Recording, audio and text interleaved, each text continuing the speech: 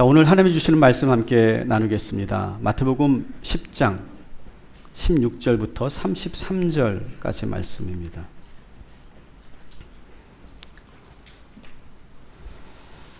저희는 지금 계속 마태복음 말씀을 묵상하고 또 강해 설교로 이어가고 있는데, 예수님께서 오늘 우리 6기 제자훈련생들처럼 12 제자들을 이렇게 파송하시면서 지금 지난주 여러분 뭘 보셨죠? 어떤 마음 자세로, 어떤 원칙으로 이 선교 사역을 해야 될지를 4가지로 말씀을 하셨습니다. 다 기억나시죠? 다 기억나신다고 생각하고 한번 복습을 하는 차원에서 다시 한번 좀 보여드리도록 하겠습니다. 기억나시죠? 한번 같이 읽어볼게요. 시작. 거룩한 합리성을 가지고 선택과 집중을 하라. 지금 내가 무엇을 하려는 것인지 분명히 하라. 절대 원칙을 만들어라. 하나님은 반드시 우리를 도우신다는 사실을 확실히 믿으라. 이 4가지를 원칙으로 삼고 사역을 해라. 이렇게 지난주 말씀하셨어요. 그리고 오늘은 이제 본격적으로 이제 현장에 들어가서 선교 사역을 할 때 어떤 어려움이 있을지를 구체적으로 설명을 하십니다. 전도 현장에서 여러 힘든 문제들을 미리 말씀하시는 거예요. 그래서 그 위기를 어떻게 이겨내야 될지를 말씀하시는 거죠. 근데 저는 오늘 여러분들이 지난주도 마찬가지지만 이 말씀이 그냥 2000년 전에 제자들에게 이런 어려움이 있겠구나, 이런 어려움이 있다고 말씀하시는구나, 그렇게 듣고 끝나면 아무 의미가 없죠. 오늘 이 말씀은 여러분의 삶의 현장에서 일어나는 모든 문제들을 이겨내는데 큰 도움이 되고 하나님의 음성이 될 줄 믿습니다. 그런 마음으로 여러분 오늘 읽어주십시오. 예수님은 제자들에게 말씀하십니다. 야, 너희들 이 사역 현장은 절대 만만치가 않다. 너희들을 환영하기보다는 너희들을 미워할 것이다. 아니, 미워하는 정도가 아니라 너희들을 박해할 것이다. 매 순간순간이 위험의 순간이 될 것이다. 현장은 절대 장난이 아니고 실제다, 실제. 그래서 잔뜩 긴장하게 하시는 그런 말씀이 오늘 가득 차 있어요. 그래서 오늘 여러분들도 이 말씀을 들으시면서도 왠지 긴장감을 갖게 되실 거예요. 편안하기보다는 좀 긴장감을 갖게 되실 거예요. 여러분, 현장은 학교가 아니죠. 그러니까 우리가 천진난만한 얼굴로 그렇게 현장에 들어갔다가 너무나 큰 충격에 빠질 때가 있지 않습니까?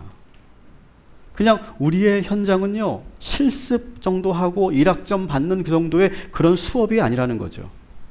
그래서 예수님은 이 제자들이 지금 선교 현장으로, 전도 현장으로 가시는데 이들에 대해서 이렇게 비유로 말씀하십니다.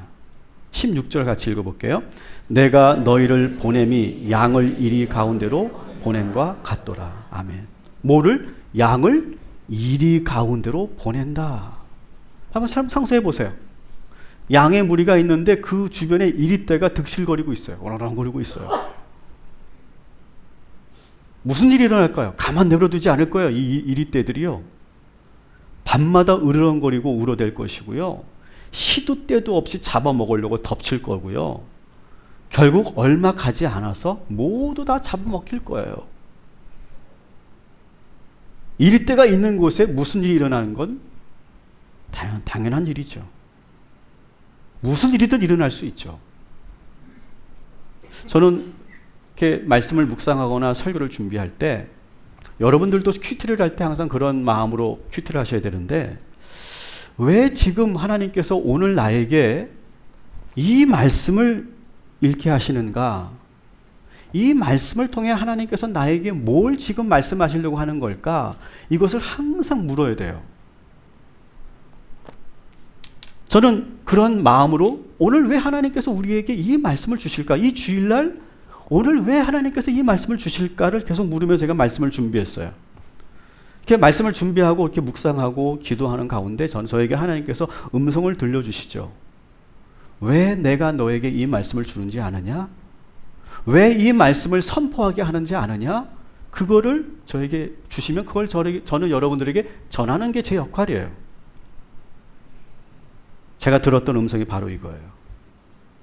따라합시다. 지금 나의 삶에 무슨 일이라도 일어날 수 있다. 긴장되지 않습니까? 저는 이 음성을 듣고 나서 더 긴장이 되고 정신이 번쩍 났어요. 근데 무슨 일이든 일어날 수 있다. 오늘 제가 설교 제목도 이렇게 잡았는데요. 이 말씀을 하는 이유가 무엇일까? 미리 대비하라고 하는 말씀이죠. 왜 나에게 갑자기 이런 일이 일어났어? 놀라지 말라는 거예요. 당황하지 말라는 거예요. 무슨 일이든지 일어날 수 있다라고 준비하라는 거예요. 우리 주변에 일입대가 지금 둘러싸여 있어요. 가만히 있겠습니까? 이 일입대들이? 무슨 일이라도 일어날 수 있다. 오늘 이 말씀을 들으면서도 좋으시는 분들이 있다면 그분들은 정말 대단한 분이에요. 믿음이 좋거나 대범한 분들이죠. 다시 따라합시다. 무슨 일이라도 일어날 수 있다. 여러분, 이 음성을 계속 한 주간 붙잡으시기 바랍니다. 무슨 일이라도 일어날 수 있어요, 여러분. 내일 무슨 일이 일어날지도 몰라요. 이 예배를 마치고 내가 내려갈 때도 무슨 일이 일어날지도 몰라요. 오늘 우리 청년 찬양팀이 이렇게 올라오셔서 함께 해주셨는데, 원래 서고 계시던 우리 두 집사님이 계셨죠. 근데 새벽에 어머님이 갑자기 쓰러지셨다고 해서 지금 새벽에 내려갔다가 지금 거기 병원에 계세요. 그러니까 무슨 일이 일어날지 모르는 거죠. 다행히 지금 시술을 통해서 그 심혈관 계통에 혈관을 잘 뚫으셔서 그 응급 상황을 잘 넘으셨다고 제가 소식을 들었습니다. 무슨 일이 일어날지 모르는 거예요, 여러분. 우리의 삶에. 그러니까 우리가 자꾸 놀라거나 당황한다는 건 뭐예요? 내가 그렇게 깨어있지 않다는 거예요. 그러니까 왜 나에게 이런 일이 일어났어? 라고 놀라는 거예요. 그러면 아무것도 못합니다. 여러분, 무슨 일이라도 일어날 수 있어요, 우리 삶에. 특히 예수님께서는 아주 심한 핍박이 일어날 것이다. 한두 번 하다 마는 그런 핍박 정도가 아니다. 아주 조직적이고 광범위하게 일어날 것이다. 점점 그 핍박이 강해질 것이다. 그 강도가 점점 세질 것이다. 제자들을 박해하는 사람들이 한두 명이 아니라고 말씀하세요. 가장 먼저 제자들을 박해하는 자들이 누구냐? 유대인들이에요. 17절 한번 보겠습니다. 시작. 사람들을 삼가라. 그들이 너희를 공회에 넘겨주겠고 그들의 회당에서 찍찍질하리라. 아멘. 여기 말하는 그 유대인들은 뭡니까? 바리새인과 종교 지도자들 중심으로 하는 반대자들. 이들은 원래 예수님이 사역을 시작하기 전부터 반대했던 사람들이에요. 그러니까 드러내놓고 반대하는 사람들. 여러분, 우리가 일을 할 때도, 어떤 일을 추진할 때도 드러내놓고 반대하는 사람들이 있잖아요. 그런 사람들, 이들은 아예 제자들이 사역을 시작하는 것조차도 못마땅하게 생각하고 반대할 거라는 거죠. 그리고 그들을 회당에 붙잡아서 몇 대 채찍질하고 겁을 주려고 하는 사람들. 근데 그런 유대인들만 있는 것이 아니라 또 누가 있느냐? 이방인들도 박해한다. 18절 읽어보겠습니다. 시작. 또 너희가 나로 말미암아 총독들과 임금들 앞에 끌려가리니 이는 그들과 이방인들에게 증거가 되게 하려 하심이라. 아멘. 이방인들도 박해를 하고 이번에는 조직적이고 법적으로 박해하는 거예요. 아예 법정에 고발을 하고 범죄자가 되게 만들고 낙인을 찍고 옥에 가두고 형벌에 가두는 그러한 핍박을 한다. 근데 여기서 끝나지 않고요. 이제는 가족들 사이에서 문제가 일어나게 한다. 21절 시작. 장차 형제가 형제를, 아버지가 자식을 죽는 데에 내주며 자식들이 부모를 대적하여 죽게 하리라. 아멘. 여러분, 가장 우리가 뭔가 일을 할 때 가장 힘든 게 뭡니까? 가족을 건드리는 거예요. 가족을 회유하거나 가족에게 불이익을 주는 일, 그리고 가족끼리 이간을 시켜서 그 가족이 가족을 고발하게 하는 일, 배신하게 하는 일, 이게 얼마나 치명적이고 고통스러운 일입니까? 그런 일까지 일어난다. 결국 모든 사람들이 너희를 미워할 것이다. 22절 시작. 또 너희가 내 이름으로 말미암아 모든 사람에게 미움을 받을 것이다. 아멘. 이렇게 해서 이 제자들이 선교 사역을 할 때 모두가 미워하고 외면하게 만드는 거예요. 그래서 사방으로 둘러싸이게 만들어진다. 더 이상 사람들은 제자들의 말을 듣지 않게 될 것이다. 오늘 이 말씀은 당장 우리가 어떻게 살려고 하는, 어떻게 살아야 된다라고 하는 말씀을 하시는 게 아니에요. 당장 핍박을 받으라 그런 말을 하는 게 아니고요. 왜 여러분 핍박받지 않습니까? 이렇게 책망하는 말씀도 아니에요. 예수 믿는다고 다 이렇게 고난받고 핍박받아야 된다 이렇게 강요하는 말씀도 아니에요. 지금 당장 예배 마치고 내려가서 길거리에서 사람들이 우리를 귀찮아하고 미워해도 막 교회 다니라고 소리 지르고 막 우리가 전도하라고 그런 말을 하는 게 아니에요. 사람들이 미워하든 말든 상관없이 강제적으로 전도하다가 사람들이 민원을 넣어서 우리가 경찰서 끌려가는 거, 그것이 영광스러운 일이다 그걸 말하는 것도 아니에요. 이 말씀 우리가 드려야 되는 때는 언제냐? 우리가 인생을 살다가 한 번은 우리들에게 이런 일이 일어나죠. 하나님께서 어느 날 나를 부르시는 거예요. 나에게 뭔가 미션을 주시는 거예요. 사명을 주시는 거예요. 여러분 그걸 느껴보신 적 있습니까? 우리를 정의의 길로 이끄실 때가 있어요. 매번 그런 게 아니에요. 나는 처음부터 그렇게 연루될 마음이 없었는데 이상하게 내가 어떤 일에 개입을 하게 되거나 내가 이상하게 십자가의 길을 가게 될 때가 있어요. 혹은 내가 공익 제보를 해야 될 때가 있어요. 나도 모르는 내 안에 있는 그 사명감, 내 안에 그 정의감이 불이 붙어서 내가 여기서 침묵하지 않고 직면하여 싸워야 되겠구나라고 판단해야 될 때가 우리가 인생을 살면서 한 번은 있을 거예요. 아마 이미 여러분 그걸 경험해 보신 분들 계실 거고요. 더구나 우리 그리스도인들은요, 항상 주님의 말씀을 묵상하잖아요. 그리고 우리 듣잖아요. 그렇기 때문에 우리는 자꾸 우리 현실과 부딪히죠. 여러분, 우리가 살면서 얼마나 많이 부딪힙니까? 여러분의 현실이, 여러분의 삶이, 여러분의 일터가 어떻습니까? 계속 말씀과 부딪히는 일투성이 아닙니까? 평소 우리는 이건 아닌데 라고 생각하는데도 우리가 침묵하고 있죠. 이 문제를 건드리면 복잡해지고 힘들어지기 때문에 그냥 내가 모르는 척하는 일들이 여러분이 있을 거예요. 그냥 내일만 하자, 내일만. 그냥 내 문제만 보자. 이렇게 생각하는 경우가 우리들에게 있죠. 그것도 여러분들에게 왜 그렇게 사냐고 제가 책망하는 게 아니에요. 그런데 저는요, 항상 저는 그런 생각을 해요. 저는 역사를 좋아하는데,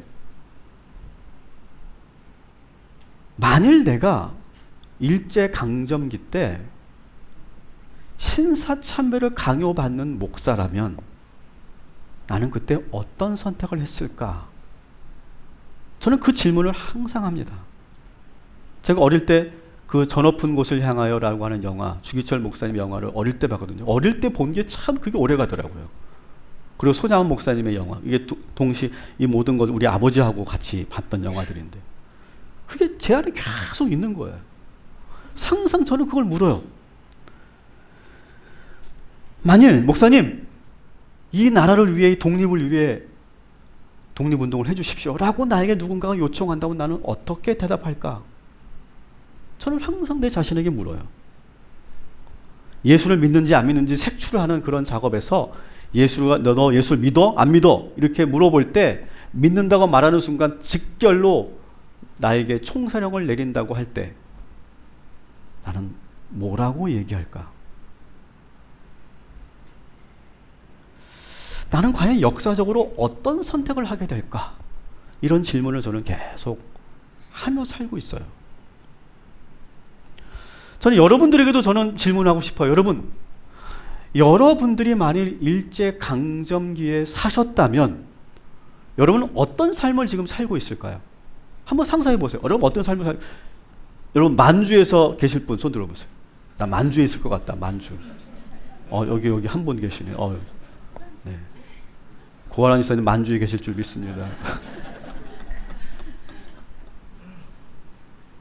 어떤 사람은 난 나라고 뭐고 난 잘 몰라. 나는 그냥 우리 처자식들 잘 먹이고 공부하는 거 잘하는 게 좋아. 그래서 열심히 시장에서 일하고 장사하는 분들도 계실 거예요.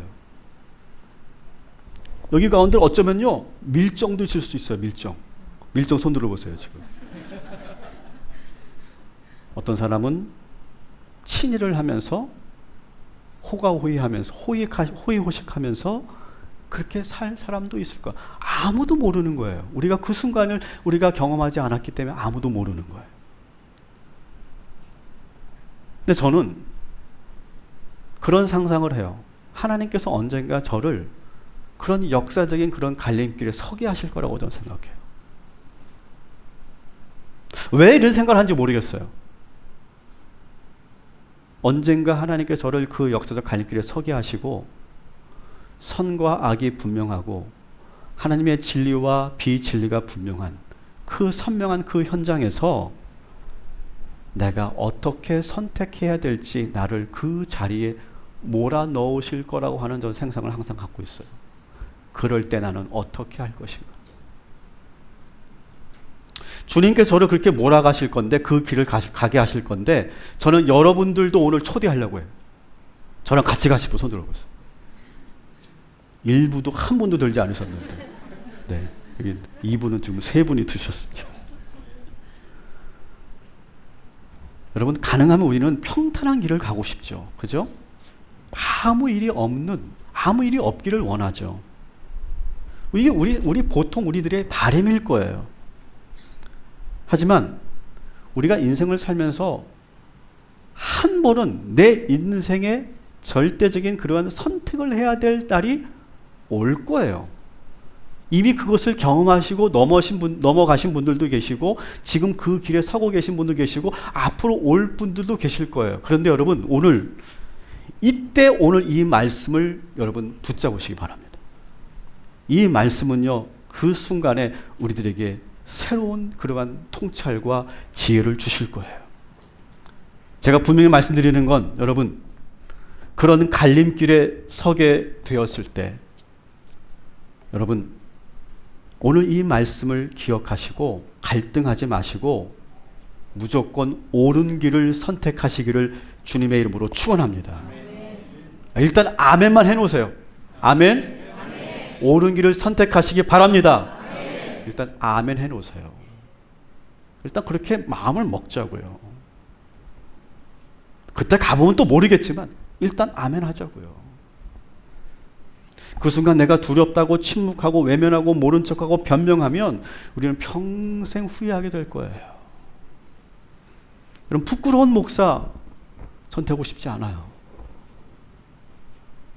지금도 신사참배에 동조했던 목사님들의 그 이름이 그대로 기록되어 있는 거 아시죠? 다 있습니다. 낱낱이 다 기록되어 있습니다.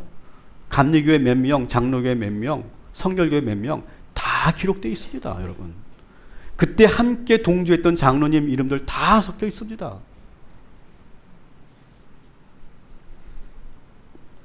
여러분 우리가 만일 그 순간에 우리가 잘못된 길로 하나님의 길이 아닌 옳은 길이 아닌 다른 길로 갔다면 우리는 우리 자녀들에게 너 똑바로 살라고 말 못하는 그런 부모가 되고 말 거예요.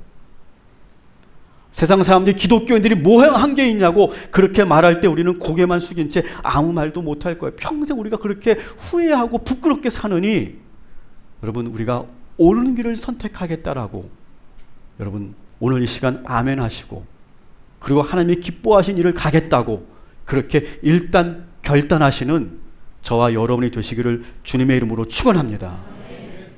몰라요. 우리가 어떤 상황에 놓이게 될지. 그런데 여러분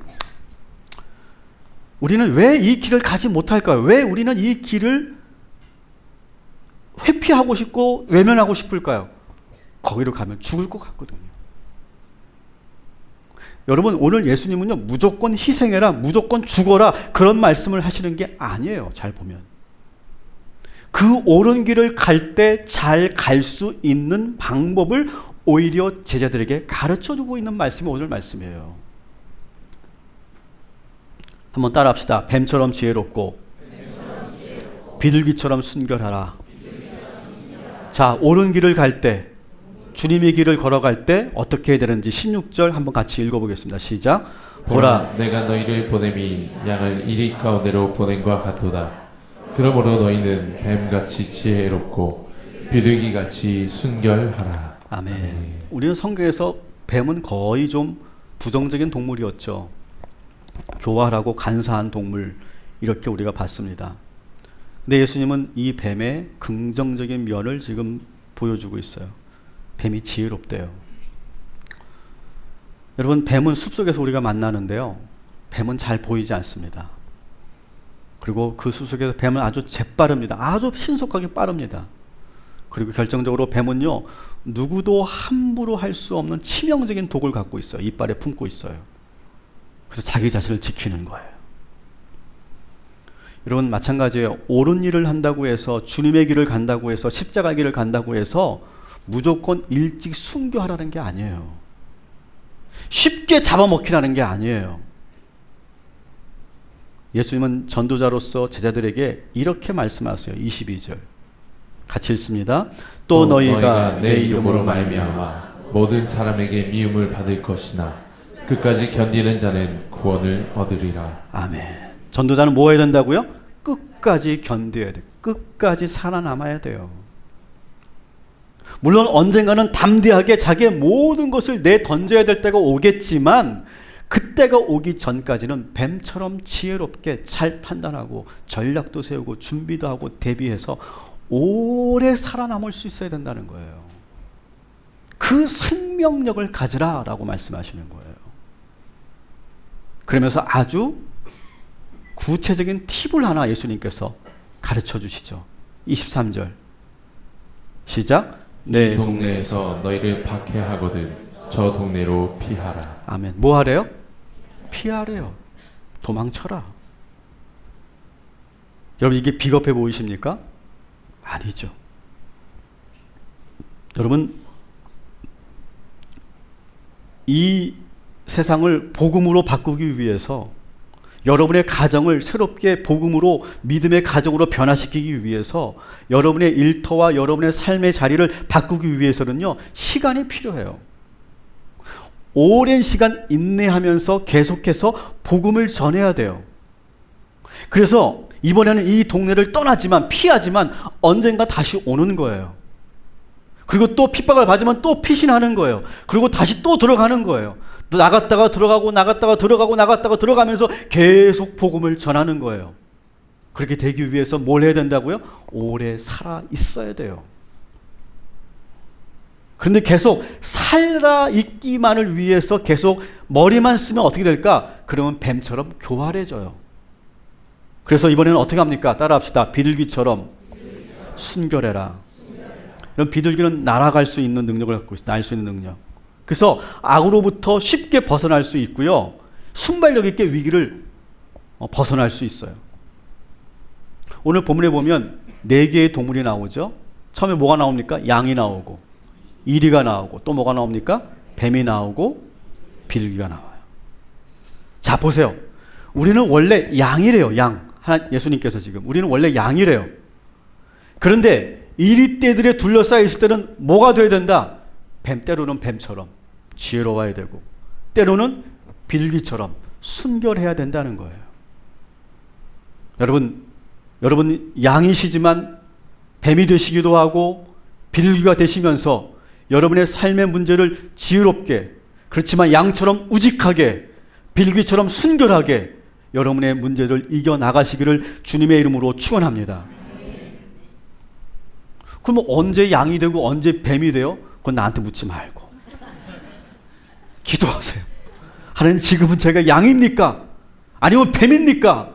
아니면 비둘기입니까? 저 이리때를 우리가 극복하기 위해서 우리가 뭐가 되어야 되겠습니까? 물으세요. 그러면 주님께서 지혜를 주실 거예요. 여러분, 가정에서도 마찬가지예요. 가정에서 복음을 전할 때도요, 여러분, 우리가 우직하게 양 같은 그러한 신실함이 있어야 돼요. 그렇지만 우리는 또한 동시에 뱀과 같은 지혜가 있어야 돼요. 복음을 전할 때 가족에게도 비둘기 같은 순결함도 있어야 돼요. 전도할 때도 마찬가지고요. 여러분의 회사를, 여러분의 일터를 올바르게 바꾸기 위해서도 때로는 뱀같이 지혜롭고 빌같이 순결해야 돼요. 그때 하나님께서 우리에게 지혜를 주셔서 우리를 양이 되기도 하시고 뱀이 되기도 하시고 비둘기도 되게 하여 주실 줄 믿습니다. 그리스도인들이 갖고 있는 유연성, 이걸 말씀하고 있죠. 두 번째로, 그 고난의 길, 십자가의 길, 옳은 길을 걸어갈 때 알아야 될 것 두 번째가 뭐냐면, 따라합시다. 성령님이 함께 하신다. 자, 옳은 길을 걸어갈 때는요, 여러분 믿으세요. 여러분이 옳다라고 판단하는 그 길을 걸어갈 때는요, 여러분 절대 혼자가 아님을 믿으시기 바랍니다. 성령님이 함께 하세요. 여러분 이 사실을 믿으시기 바랍니다. 19절 20절 한번 봅시다. 시작. 너희를 넘겨줄 때 어떻게 또는 무엇을 말할까 염려하지 말라. 그때 너희에게 할 말을 주시리니 말하는 이는 너희가 아니라 너희 속에서 말씀하시는 이 곧 너희 아버지의 성령이시니라. 아멘. 저는 설교하러 올라갈 때 가장 두렵고 떨리는 게 있어요. 그게 뭐냐면, 제가 설교를 지금 이렇게 하는데 성령님이 저와 함께 하지 않을까봐 저는 그게 두려워요. 설교자가 가장 두려워해야 될 일이에요. 설교 중에 못한 거 그거 두려울 게 아니에요. 그건 하면 돼요. 성령님이 내 안에 계시고 성령의 음성이 들리느냐 안 들리느냐, 성령이 하시는 말씀을 전하느냐 아니냐, 이게 가장 중요하다고 생각해요. 저는 오늘 이 말씀을 묵상하면서 그 어느 때보다도 정말 그렇게 기도 많이 하고 왔어요. 저는 제 스타일이 원고를 뭐 보시면 알겠지만 저는 100%를 원고로 씁니다. 여기에는요, 조크도 어떻게 해야 되는지 다 나와요. 이렇게 조크 이렇게 해라, 이때 웃어라, 여기 보면 여기 뒤에 보면 여기 아웃이라고 써놨어. 요때 나가라. 이렇게. 이게 제 스타일이에요, 제. 그래서 저는 사실 이걸 그대로 읽기만 해도 설교예요, 그냥. 그런데 저는 두렵다고요. 왜? 성령님이 내 안에 계셔야 돼요. 성령님이 말씀을 주셔야 되고 감동을 주셔야, 오늘 여기 20절 보세요. 20절. 말하는 이가 내가 아니라 내 속에 거하셔서 말씀하시는 성령님, 그 성령님이 내 안에 있느냐, 성령이 나를 통해 지금 우리 성도들에게 선포하고 있느냐, 말씀하시고 있느냐. 만일 그게 안 된다면 저는 아무것도 아니에요, 이 시간이요. 근데 여러분, 이것은 설교자인 저에게만 해당되는 것이 아니에요. 마찬가지예요. 여러분이 옳은 길을 걸어갈 때, 주님이 기뻐하신 일을 여러분 감당할 때 반드시 성령님이 함께하고 계심을 믿으시기 바랍니다. 여러분 절대 혼자가 아니에요. 찬송가 가사에 이런 찬송이 있죠. 내 힘만 의지할 때는 패할 수밖에 없도다. 아멘. 내 힘만 의지하면 패할 수밖에 없어요. 그런데 내 안에 계신 성령님이 함께 하시면, 여러분 우리가 상상할 수도 없는 놀라운 일들이 우리들에게 일어나게 될 줄 믿습니다. 저는 이 설교가 왜 두렵고 떨리냐면요, 막 저는 여기 앉아 있을 때요, 막 저는 막 그 두려움 속에 있어요, 저는요. 그리고 제가 다 여기 쓰잖아요. 쓰면 어떻게 될까요? 이미 어떻게 내가 내려갈 수가 없잖아요. 이제 직면해야 되잖아요.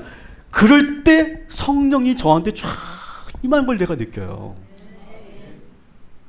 여러분 이 강단에서 내려와서 여러분을 대할 때와 제가 여기 올라와서 대할 때의 김석경이 같아요, 달라요? 완전 다르죠? 저 내려가서 저 여러분 만나면 어떻게 합니까? 안녕하세요. 이래요. 막 부끄러워하고 수줍어하고, 그리고 이렇게 말도 잘 못해요. 대화도 잘 못해요. 제가 이렇게 내성적이어서. 근데 올라오면 완전히 다른 김석형이죠. 성령님이 함께하고 계시기 때문인 줄 믿습니다. 여러분도 마찬가지예요. 오늘 여러분 안에 성령님이 함께하시고 성령의 능력이 임하셔서 여러분들의 힘으로는 감당할 수 없지만 이 성령의 능력으로 여러분은 놀라운 일들을 감당하고도 남 줄 믿습니다. 위대한 일을 여러분을 통해 하나님께서 준비하고 계심을 믿으시기 바랍니다. 세 번째, 따라합시다. 하나님만 두려워하라. 26절 28절 같이 읽어볼게요. 시작. 그런즉 그들을 두려워하지 말라. 감추인 것이 드러나지 않을 것이 없고 숨은 것이 알려지지 않을 것이 없느니라. 몸은 죽여도 영혼은 능히 죽이지 못하는 자들을 두려워하지 말고 오직 몸과 영혼을 능히 지옥에 멸하실 수 있는 이를 두려워하라. 아멘. 따라합시다. 진리는 드러난다. 이거예요. 우리가 무서워, 난 못해. 그리고 내가 침묵하고 내가 하나님의 복음을 전하지 못하고 진리를 드러내지 않으면 어떻게 하시느냐? 하나님께서 다른 누군가를 들어 쓰셔서 대신 진리를 드러나게 하신다는 거예요. 그래서 좀 전에 불렀던 이 찬양에 이런 가사도 있죠. 겁내지 말고 섰거라. 진리로 이기리로다. 찬송가 585장 내 주는 강한 성이요라는 찬양이죠. 이 찬양은 독일 민요곡에다가 마틴 루터, 종교개혁을 일으켰던 마틴 루터가 직접 작사한 찬송이 아마 얼마나 떨렸을까요? 그 교황 앞에서 그 재판을 받으면서 수많은 테러 위협을 받으면서 얼마나 두려웠을까요? 그때 이 가사를 썼고 이것을 부르면서 종교개혁을 일으킨 거예요. 근데 여러분, 마틴 루터도요, 사실은요, 종교개혁을 일으키려고 꿈에도 생각 못했어요. 내가 종교개혁을 일으켜야지, 그렇게 한 게 아니에요. 그런 비전을 받은 것도 아니에요. 마틴 루터가 비텐베르크 성당에 95개조 반박문을 쓸 때요, 그 반박문을 보면 마틴 루터의 의도를 우리가 읽을 수 있는데요, 그 반박문을 뭘로 썼냐면 라틴어로 썼어요.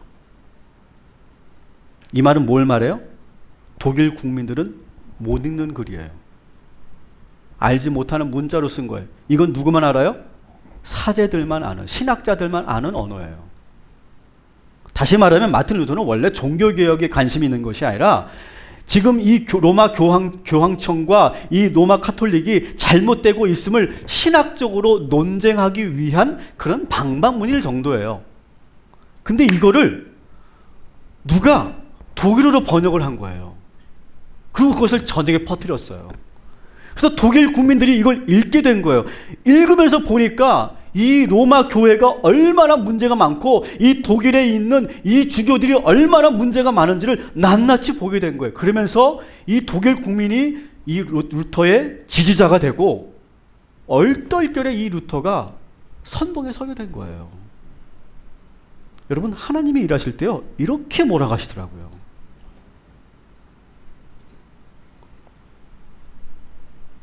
저는 아까도 말씀드렸지만 제가 뭐 운동을 하거나 제가 뭔가 개혁을 하거나 저는 그럴 마음이 없어요. 저는 그냥 평소에도 조용한 사람이에요.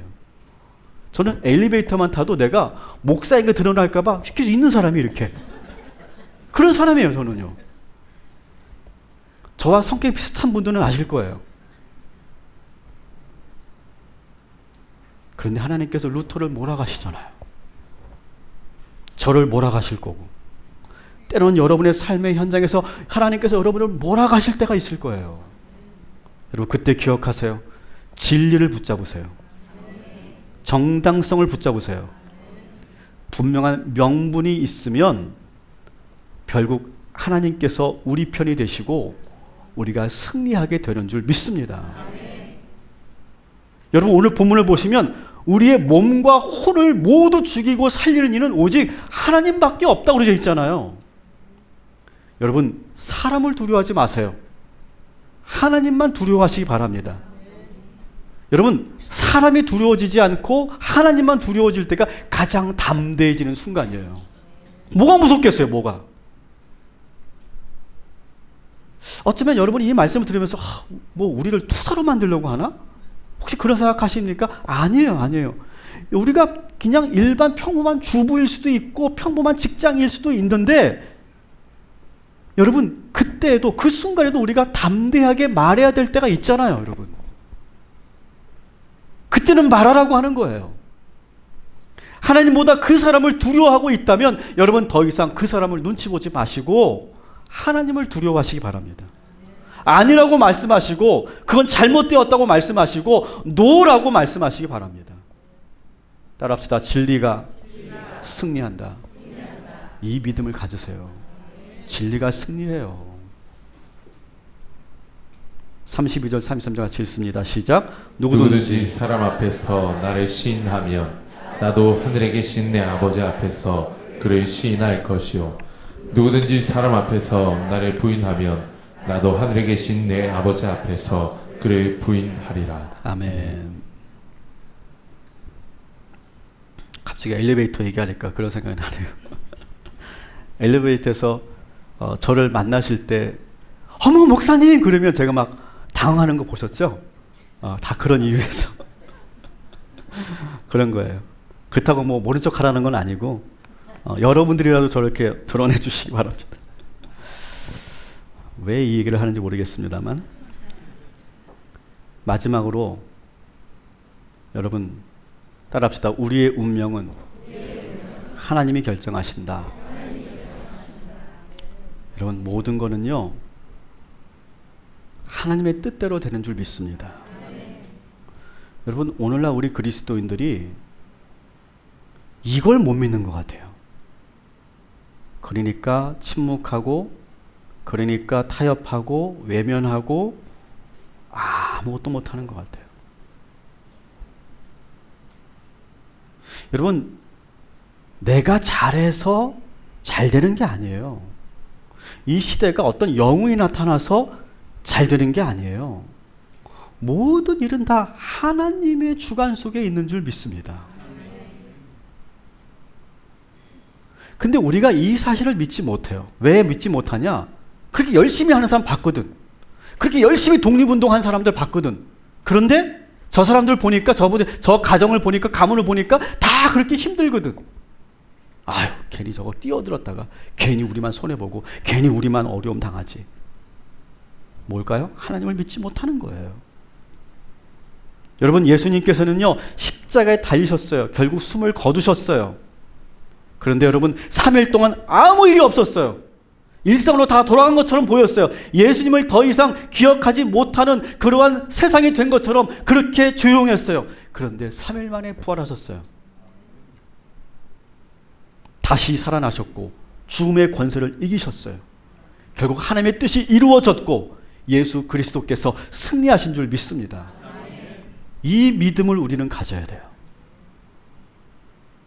이 믿음이 있으면 뭐가 두렵겠습니까?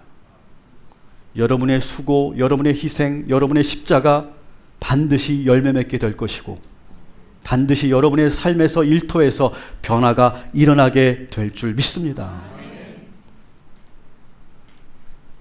29절부터 31절 같이 읽습니다. 시작. 참새 두 마리가 한 아사리온에 팔리지 않느냐? 그러나 너희 아버지께서 허락하지 아니하시면 그 하나도 땅에 떨어지지 아니하리라. 너희에게는 머리털까지 다 세신 바 되었나니 두려워하지 말라. 너희는 많은 참새보다 귀하니라. 아멘. 두려워하지 말라는 거예요. 하나님은 우리의 머리털까지도 세시고 하나님께서 붙잡으시면 절대 땅에 떨어지지 않고 하나님의 편에 선 자는 죽지 않습니다. 한 영혼도 그렇게 무참하게 허무하게 땅에 떨어지지 않게 됩니다. 그냥 사라지지 않아요. 여러분의 수고와 여러분의 노력이 허사로 끝나지 않습니다. 반드시 그 모든 것을 기본으로 해서 하나님께서 여러분들을 세우시고 여러분들을 통해 놀라운 일들을 이루어 가실 줄 믿습니다. 말씀을 정리합니다. 저는 최근 우리나라 상황을 보면서 오늘 말씀처럼 지금 우리가 이리때에 둘러싸여 있구나. 이 무시무시한 이리때에 둘러싸여 있구나. 누구도 우리 편이 없어요. 지금 누구도 의지할 수 없어요. 일본은 우리를 더 이상 화이트 국가라고 말하지 않아요. 북한은 계속 미사일을 쏴대고 있어요. 러시아는 왜 자꾸 비행기를 자꾸 우리 영공에 보내는지 모르겠어요.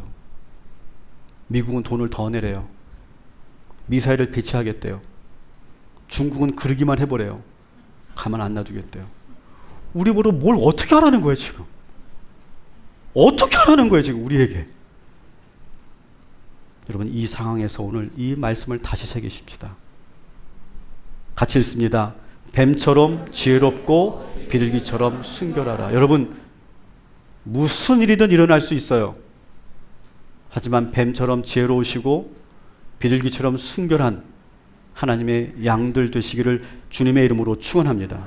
두 번째로 성령님이 우리에게 모든 것을 가르치시고 생각나게 하여 주실 줄 믿습니다.